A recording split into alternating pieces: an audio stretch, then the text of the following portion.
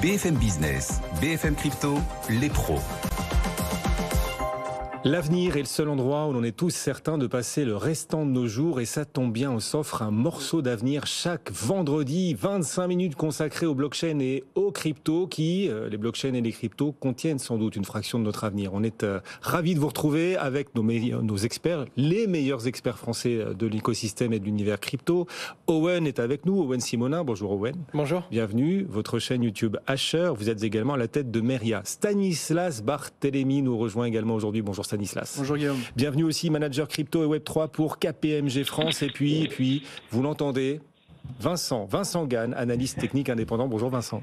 Bonjour Guillaume, bonjour à tous. On est ravis de vous retrouver Vincent. Aujourd'hui, on observe une baisse des marchés actions traditionnels, mais aussi une baisse du Bitcoin qui passe sous les 24 000 $. Le cours du Bitcoin qui a passé toute la semaine couvert par cette résistance des 25 000 $ que tout le monde guettait, que tout le monde surveillait. Quel bilan technique faites-vous de cette temporisation du marché et l'incapacité quand même pour l'instant du Bitcoin à franchir les 25 000 $, Vincent?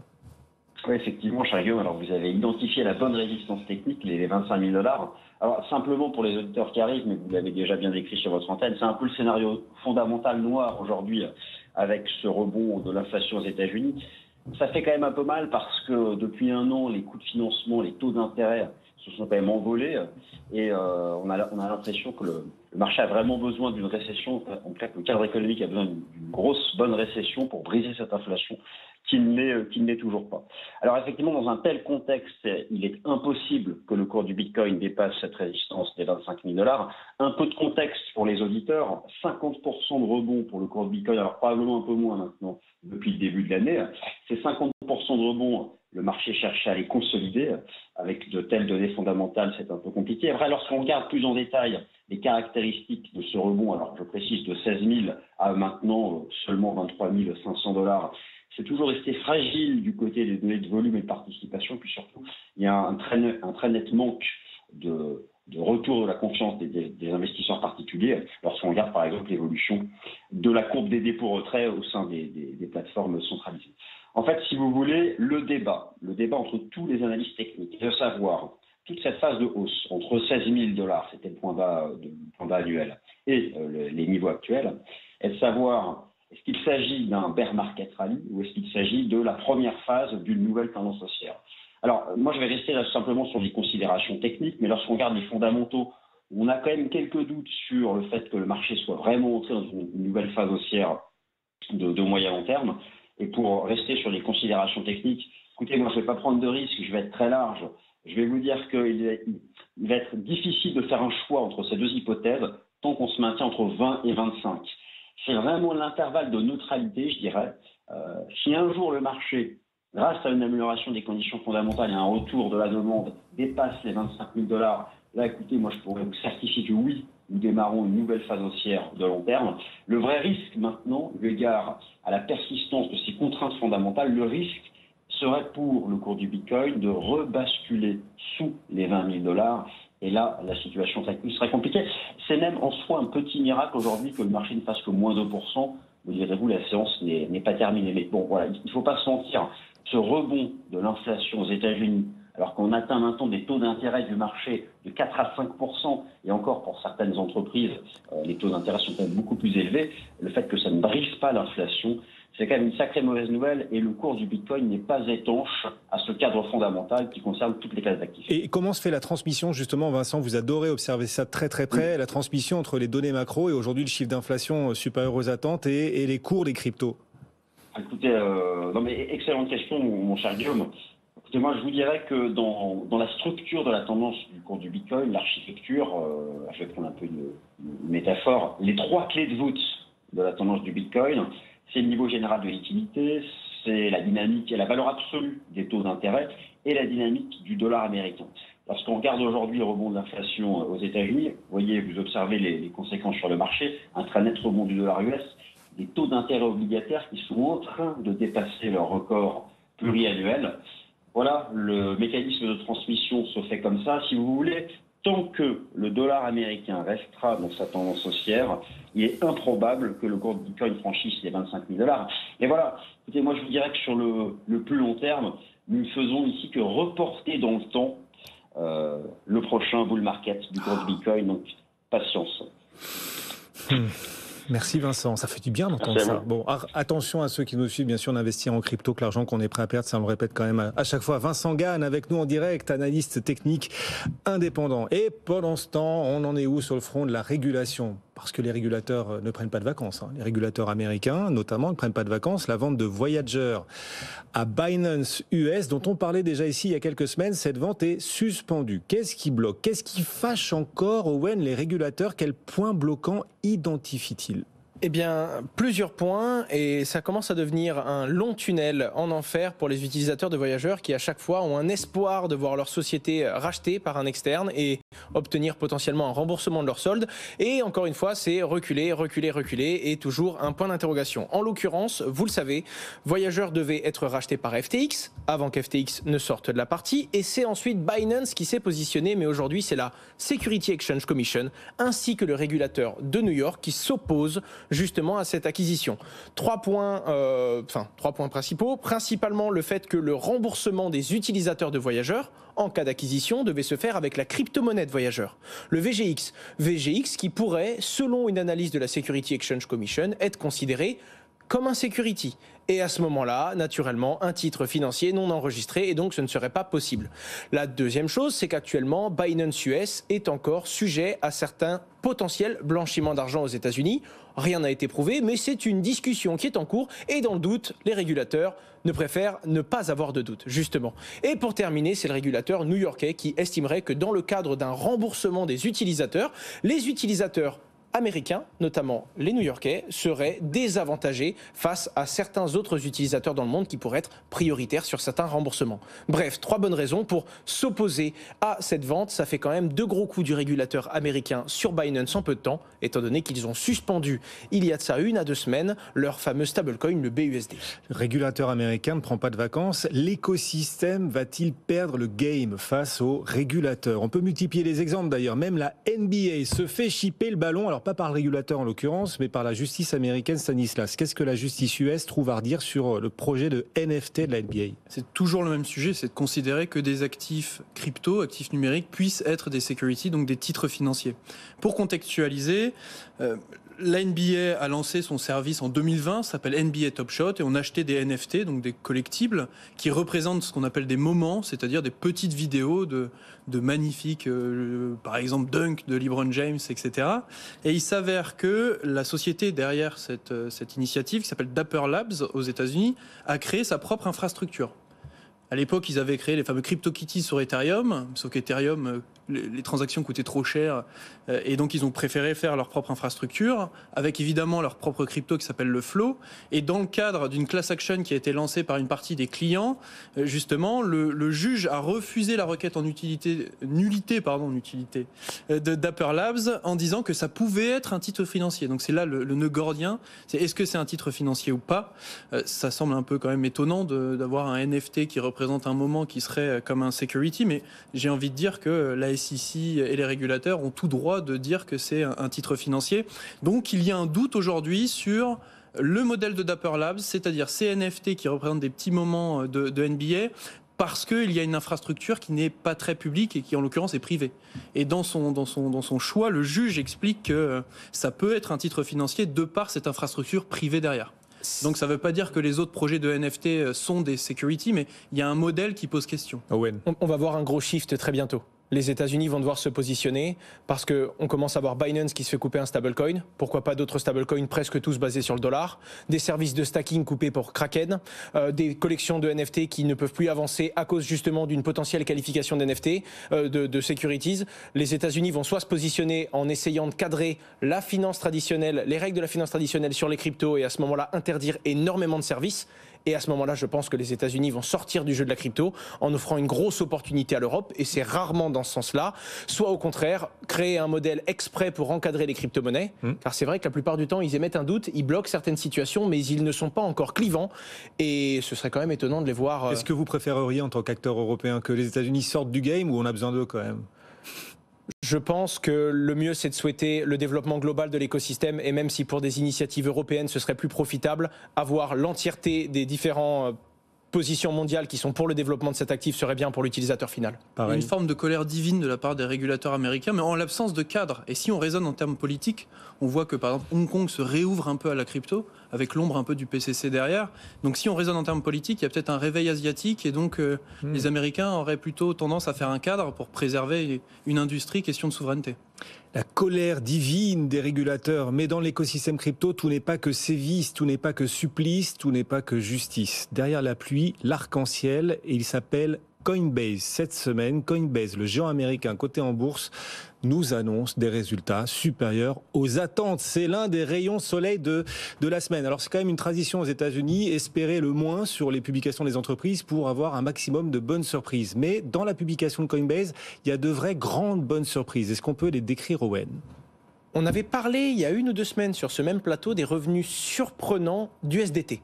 Le fameux stablecoin qui devait naturellement conserver les dollars dans un compte en banque, du moins un collatéral, un équivalent des stablecoins émis sur la blockchain. Et on avait dit qu'à l'époque, ça coûtait de l'argent de détenir de l'argent pour le compte de ses clients. Détenir de l'argent dans un compte en banque pouvait même coûter de l'argent avec les intérêts négatifs. Mais les taux directeurs changent. Aujourd'hui, détenir de l'argent devient très rémunérateur. On force à l'épargne. On veut ralentir l'économie et donc on veut rémunérer le plus possible l'épargne. Eh bien, Coinbase surprend, comme l'USDT à l'époque, avec toujours des revenus négatifs, mais avec des revenus en nette croissance, notamment 2/3 de ces revenus qui viennent de son stablecoin, l'USDC. Le fait du coup de devoir détenir de la liquidité pour pouvoir garantir la valeur des stablecoins émis sur la blockchain fait que Coinbase peut générer énormément d'intérêt sur les fameux dollars et la fameuse contrepartie qu'ils doivent avoir pour leur stablecoin. Ça représente 180 millions de revenus sur 280 millions de revenus en Q4. Toujours négatif, on est quand même sur un moins 57% de revenus face à la période précédente, mais ça reste une belle surprise que pas grand monde avait vu venir, léger rebond du cours. Et ça fait toujours du bien, surtout pour une entreprise cotée au Nasdaq et pour ses actionnaires qui considèrent pour beaucoup Coinbase comme un bon exemple de la santé globale de certaines crypto-monnaies et des entreprises centralisées. Et alors en plus, ils sont gourmands Coinbase. Ils ont annoncé qu'ils allaient construire un layer 2 sur Ethereum. Il n'y a déjà pas assez de projets sur Ethereum. À quoi ça va servir ce layer 2 sur Ethereum, Stanislas ? Pour reprendre la métaphore filée de la gourmandise, il y a une forme de boulimie de Coinbase, de proposer tout un tas de services dans l'écosystème. Coinbase, au départ, c'est du change fiat pour obtenir de la crypto. Ils se sont diversifiés auprès des clients institutionnels et des clients retail, c'est-à-dire des personnes comme nous, de proposer de la conservation, par exemple, ou du staking sur Ether. Maintenant, ils veulent aller un peu plus loin. Ils ont 110 millions de clients vérifiés, ils ont 80 milliards d'actifs sur leur plateforme, ils veulent proposer leur propre infrastructure décentralisée. Et pour ce faire, ils ne créent pas une nouvelle blockchain, ils créent ce qu'on appelle une layer 2, donc une technologie de couche 2 qui permet de faire des transactions, on va dire, à moindre frais, tout en bénéficiant de la sécurité d'Ethereum. Donc c'est assez majeur comme plan stratégique, c'est ambitieux, c'est-à-dire de convertir une partie des clients qu'ils ont et de les emmener sur des services financiers sur leur propre infrastructure décentralisée. Pour ce faire, ils font un partenariat avec Optimism, qui est une des nombreuses Layer 2 qui existent, donc ils ne vont pas réinventer la roue, ils vont proposer leur propre infrastructure, générer des frais sur la création des blocs, générer des frais sur les services financiers qu'ils vont proposer. Et c'est assez majeur comme choix. Ça pose une nouvelle question aux régulateurs. On parlait de régulation tout à l'heure.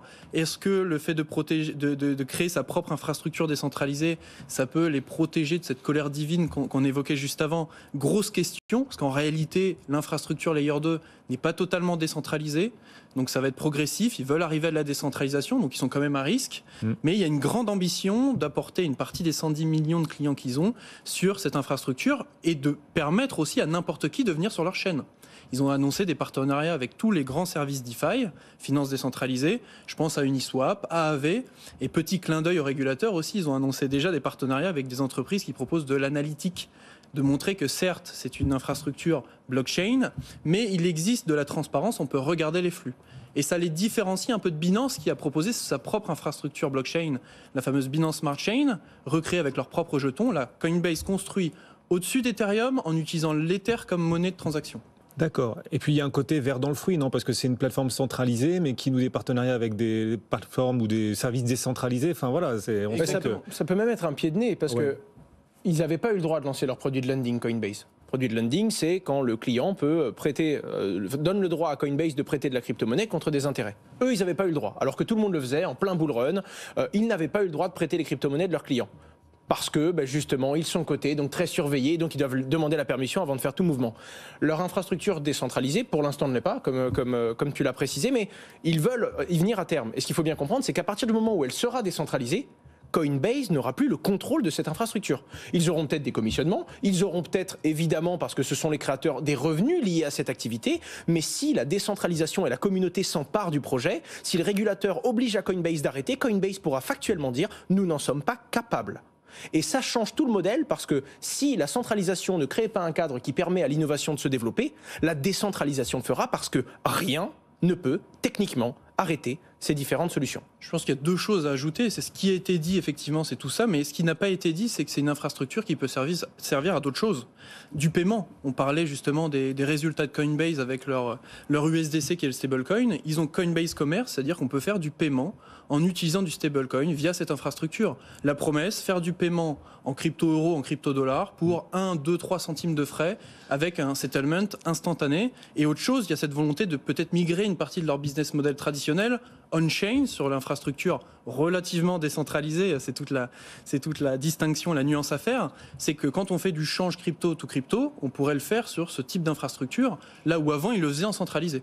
Donc, pied de nez, défi réglementaire, mais pari stratégique. C'est fou, on va voir comment c'est réalisé, mais très intéressant. C'est hyper intéressant, effectivement. Alors, on parle de Coinbase, on reste dans la marmite crypto, et puis chaque semaine dans les pros des cryptos, on parle aussi de cette adoption de plus en plus importante par l'écosystème traditionnel, l'adoption des blockchains, des cryptos, des NFT aussi. Et cette semaine, le nouveau patron de YouTube qui a dit s'intéresser aux NFT. On voit aussi Google qui exprime un intérêt pour les NFT. Stanislas, on a une phase d'accélération supplémentaire là dans l'intérêt des GAFAM et de la tech traditionnelle américaine pour cet univers? C'est ça part dans deux sens. Il y a le premier sens, YouTube, pour monétiser le contenu de la part d'influenceurs. Parce qu'aujourd'hui, quand on utilise ces grandes plateformes, ça va dans le sens de ce qu'annonçait Meta. C'est-à-dire qu'aujourd'hui, quand on est créateur de contenu, tout appartient à ces plateformes. On voit qu'il y a une alternative avec le Web3 qui a du mal à, on va dire, onboarder plein d'acteurs pour différentes raisons, barrières à l'entrée. Mais donc ces acteurs promettent aux créateurs de contenu, dans le cadre de toute une compétition qu'il y a entre les réseaux sociaux, réseaux de diffusion, streaming, etc., de dire « Restez chez nous, vous pourrez monétiser votre propre contenu ». Donc ça, c'est la partie, on va dire, retail. Donc Meta, YouTube. Et après, il y a les annonces business, où c'est du Google Cloud ou Microsoft qui propose des services de cloud. Et en l'occurrence, c'est la... De cloud, pas de clown, de cloud. On était dans le cloud. De cloud. Voilà. De nuages à la française. Oui, donc de proposer, d'héberger des nœuds de différentes blockchains, parce que pour eux, c'est du business.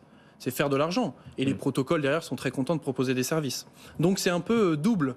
Les GAFAM veulent adresser le marché retail NFTisé, c'est-à-dire en gros monétiser le contenu. Et de l'autre côté, c'est faire du business sur vecteur de croissance pour ces entreprises-là, Google Cloud, Amazon, etc. Et alors on citait l'intérêt aussi de YouTube pour les NFT. Spotify aussi s'intéresse aux NFT, c'est ça, Owen ? Tout à fait. Le parallèle est très intéressant pour plein de raisons. Premièrement, Spotify a déjà disrupté son industrie. Si vous avez vu la série The Playlist, évidemment romancée, ça vous explique comment évoluer Spotify depuis plein de points de vue. Un musicien, son créateur, le développeur technique de l'application, un investisseur financier. Et vous vous rendez compte que globalement, ça parle un peu de l'industrie crypto en parallèle. C'est-à-dire qu'ils veulent se lancer, ils ont une façon de faire les choses, mais il y a des problèmes techniques. En attendant, il y a les régulateurs, entre guillemets, l'industrie qui les accueille plus ou moins bien et qui au contraire leur met des bâtons sur les roues. Des accords financiers qui finissent par se faire entre les régulateurs et les projets. Bref. Évidemment, il faut un peu tirer par les cheveux, mais ça permet de comprendre comment une industrie arrive et comment est-ce qu'il y a un gros changement technologique dans une société comme la nôtre, où quoi qu'il arrive, le consommateur va consommer là où c'est plus simple. On s'adapte ou non, mais le consommateur, c'est la demande, et la demande, tout lui tombe finalement devant, parce que les gens vont finir par créer des produits pour la satisfaire. On sait également qu'il y a énormément de projets NFT qui se lancent dans l'industrie de la musique. Les NFT peuvent être plus ou moins utiles, plus ou moins artistique, mais il y a énormément de sociétés qui viennent proposer de la tokenisation par NFT, par exemple, de droits musicaux. Un artiste va lancer une nouvelle musique et va se financer auprès de sa communauté. Vous m'achetez mes NFT, je reçois de l'argent. Si ma musique elle perce, vous avez un pourcentage de mes revenus. Il y a également un truc beaucoup plus artistique. On va pas le faire avec n'importe quel artiste. Hein, quand on a un Français, Riles, qui l'a fait à travers la plateforme Bolero, et c'est un Français qui a percé en plus aux États-Unis. Et je pourrais en sortir des exemples, que ce soit des droits musicaux, ou que ce soit également des essais, que ce soit également des plateformes comme Pianity ou encore d'autres qui vont proposer des collectibles pour tout simplement soutenir un artiste en échange de certaines de ses créations et un pari finalement sur son développement à l'avenir. Il y a énormément d'initiatives du genre, et là on se rend compte que Spotify, qui a déjà pris un tournant risqué sans savoir s'ils auraient le droit in fine d'exister, vont proposer eux-mêmes des NFT inclus sur la plateforme, permettant à certains fans d'obtenir des accès. Si vous avez certains NFT d'une certaine collection, vous aurez un certain contenu exclusif directement sur l'application, et ça commence dans quelques pays d'Europe très bientot. Stanislas, si Owen lance son NFT en tant que chanteur, vous achèteriez le NFT en pariant sur son succès? Je ne chante pas. Non. Je ne prendrai pas ce risque. Parce qu'il n'y a pas de demande. Vous auriez peur de déchanter, là, peut-être, en l'occurrence. En l'occurrence. Il nous reste à peine 2 minutes. On va quand même essayer de parler de cette attaque de diligence. Les hacks, il y en a plein, des hacks, hein, dans l'écosystème crypto. Et souvent, les particuliers en sont les cibles. Mais pas que. Cette semaine, un Discord a été créé pour tenter d'arnaquer, non pas des particuliers, mais des entrepreneurs Web3. Comment les hackers, Owen, s'y sont-ils pris? On peut le résumer rapidement. Mais je pense que c'est important de marteler encore et encore et encore ce qui se passe. Ce n'est pas tout le temps les utilisateurs qui sont cibles de hacks, ce sont également des fois les chefs de projet. Il y a des faux profils de vrais employés du média The Block, média très connu dans la crypto, qui se sont créés. Ces faux profils ont contacté des directeurs d'administration et de différents membres de projets NFT, mais d'autres initiatives blockchain, en disant qu'ils étaient très intéressés par l'initiative et qu'il fallait remplir un certain formulaire, semblable à ce que pourrait demander The Block finalement, afin d'aller plus loin dans les diligences et de voir si, in fine, ils allaient parler ou non sur leur fameux média du projet. Et évidemment, c'était une page de phishing pour récupérer les accès. La grosse leçon de l'histoire, c'est que c'est toujours pareil. Trouver une faille technique dans votre sécurité pour pouvoir substituer vos identifiants, c'est complexe. C'est un métier technique, c'est cher, ça coûte du temps, et il faut que ce soit rentable également. Si on met 5 € d'effort pour faire un hack, il faut qu'on gagne plus de 5 €. Par contre, le plus simple, ça reste quand même d'essayer de vous amadouer et de vous faire commettre une erreur, vous faisant transmettre vous-même vos identifiants. Oui. Bref, restez vigilant, prudent et faire attention à ces sollicitations un petit peu trop simples parfois, et ça ne touche pas que les utilisateurs, les chefs de projet eux-mêmes. Et puis un dernier mot sur Galois Capital aussi, qui a fermé ses portes. Bon courage à Stanislas, il vous reste 30 secondes pour nous parler de Galois Capital. Depuis sa création, alors le fonds a fermé ses portes, mais depuis sa création, il n'avait généré que des bénéfices. Pourquoi ferme-t-il ses portes, du coup, ce fonds? Il est touché par la chute de FTX. C'est-à-dire que c'est une des conséquences de FTX. C'est un fonds qui avait jusqu'à l'année dernière même 200 millions sous gestion, bien connu parce qu'ils avaient pris un pari contre l'écosystème Terra Luna. Donc à mon avis, pari qui est fructueux au regard de l'explosion de l'écosystème. Et ils ont été pris dans FTX, investisseurs de FTX, et ils ont 40 millions en l'occurrence pour le compte de leurs investisseurs, leur fameux LP qui est bloqué sur FTX. Ils ont soldé cette créance sur un marché secondaire. C'est possible de revendre son droit à récupérer une partie des fonds. Ce serait vendu entre 13-20 centimes pour le dollar, c'est-à-dire on vend les 40 millions pour 13 à 20% de la valeur parce qu'on estime qu'on ne récupérerait pas plus et que surtout on perdrait du temps à récupérer, et donc un peu touché par l'éthos, la chute de FTX, etc. Ils ont décidé de fermer le fonds. Et c'est grave, c'est un fonds important, Galois Capital? Non. Il y a une certaine image, mais en tout cas, il clôture en positif. Oui. Ok. Ce qui fait quand même la différence, car on entend beaucoup de dépôts de bilan, mais quand même rarement avec un solde nul en pied de balance. À la grande porte, là, pour le coup. Merci à tous les deux de nous avoir accompagnés, nos pros, les cryptos, chaque vendredi. Owen Simonin et ses équipes qui nous aident à préparer ce rendez-vous chaque semaine. Owen Simonin, sa chaîne YouTube Asher. Vous êtes à la tête de Meria. Merci beaucoup. Merci Sébastien Barthélémy. Stanislas Barthélémy. Alors, il y a un Sébastien Barthélémy chez Kepler Chevreux aussi qui nous accompagne régulièrement. J'avais même demandé si on n'était pas de la même famille. Ah bon? Et la dernière fois, c'est Stanislas Guérini, donc à chaque fois, je reviens avec une autre personnalité. Et votre nom de famille est un prénom en plus. Je vous ai pas encore appelé Barthélémy. C'est doublement confusant. C'est pour la prochaine. Stanislas Barthélémy nous accompagne en direct. Merci beaucoup aussi d'être passé nous voir pour KPMG France, les experts de KPMG régulièrement à nos côtés. Bon retour, messieurs.